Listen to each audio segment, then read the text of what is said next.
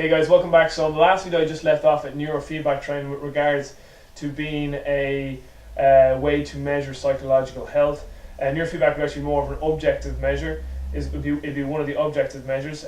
So again, what I said with psychological was that I would use nearly all of the biochemical measures to look at psychological health as well, again because I believe that a lot of mental health issues have biochemical factors at their root cause, and I do believe that all mental health issues have biochemical factors as a contributing factor to mental health issues. But neurofeedback training now, I don't actually know a whole lot about it personally, like how to apply it and what's involved, but I know from reading some stuff from Neurogagatis and other people, essentially it's a way of testing how efficient and how well your brain is actually functioning, and then it comes up with actual training protocols to improve the efficiency of your brain with regards to its overall health. It's essentially just strength training for the brain, or exercise for the brain. They assess it, they say whether the brain is healthy or not, and they come up with a protocol to help improve its overall efficiency and fitness.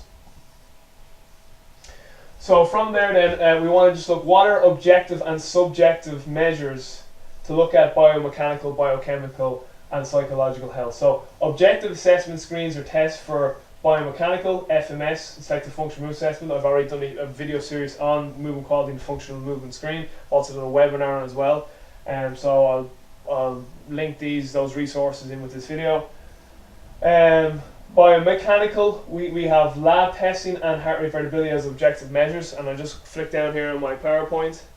So some of the lab testing you could do could be adrenal health, looking at cortisol to DHEA ratio and steroid hormone balance, making sure you're looking at estrogens, progesterone, testosterone, also looking at melatonin. Liver toxicity, oxidative stress, protein metabolism, big ones. The health of your mucosal barrier, so making sure, basically seeing if you have leaky gut or not. We know that leaky gut is a huge contributing factor to a shit ton of health issues, be them physical or mental health issues. Looking at your immune system, how your immune system is, how healthy your immune system is essentially, and how well it is functioning. Looking to see if you have a parasite, bacterial or fungal infection. Do you have any food sensitivities and tolerance? Now, food sensitivities and tolerance testing is still a very grey area. I think, really just when you test someone with a leaky gut, like if you have a leaky gut, you could be reacting to a food because the full food particles get in circulation. Once you heal that gut, you may not react to that food anymore.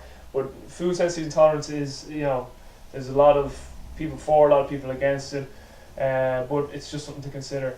Hair mineral analysis, so looking at hair mineral analysis, a complete blood count test. I know Dr. Brian Walsh is big into his complete blood count test, looking at basically blood chemistry panel, and really kind of interpreting a blood chemistry panel through a functional medicine sort of perspective rather than conventional.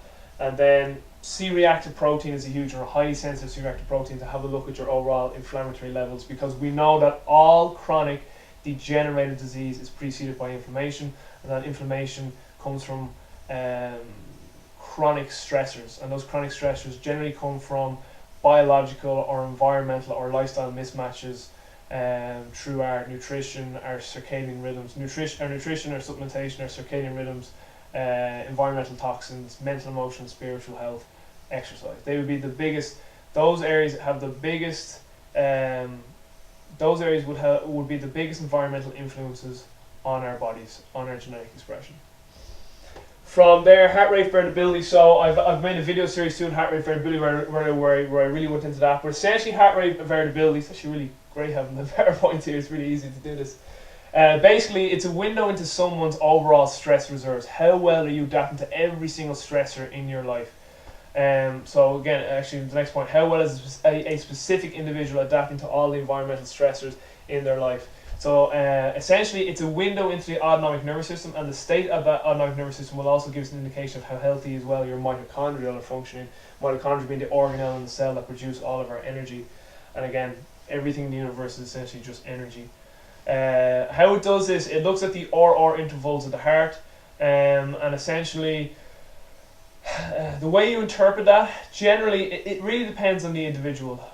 What they will say with heart rate variability is that more variability, the better. More often than not, that is true, but the only time that more variability, so an overly parasympathetic state versus sympathetic, would not be good is where someone is actually where someone has fatigued their sympathetic system so much that they're actually now parasympathetic. They're just in a really really high parasympathetic state. They're so fatigued that they can't even make any sympathetic. They just can't even make any stress hormones. They can't get any adrenaline or cortisol or nothing. They've basically blown out their sympathetic nervous system and they're overly parasympathetic. So that's just one precaution you want to make to that when you say lots of variability is much better than stability. But generally, the more variability in your heart, the better it is. But again, heart rate variability again is just a window into how someone is adapting to all the environmental stresses in their life. And again, the biggest environmental influences on our bodies, on our genetic expression, and on our overall health and well-being is nutrition and supplementation, circadian cycles, environmental toxins, mental, emotional, spiritual health, and exercise. And I will include in environmental toxins that is also toxic people. So those kind of energy vampires. And then psychological again, I would put the lab testing, the functional lab testing in with psychological, but then neurofeedback. They will be objective measures, okay? Subjective then with regards to things like biochemical or even psychological will be health questionnaires, and then we'll touch on metabolic typing as well, okay? That's subjective measure with that. So we went through this part, the functional lab test and HRV. So what I'm going to get into probably in the next video, because we better start a brand new video on this, is actually metabolic typing, where it came from, what is it, what's it about, and I'll just basically get into the story about that with Dr. William Donald Kelly and Bill Walcott. So that's what I'll shoot now in the next video.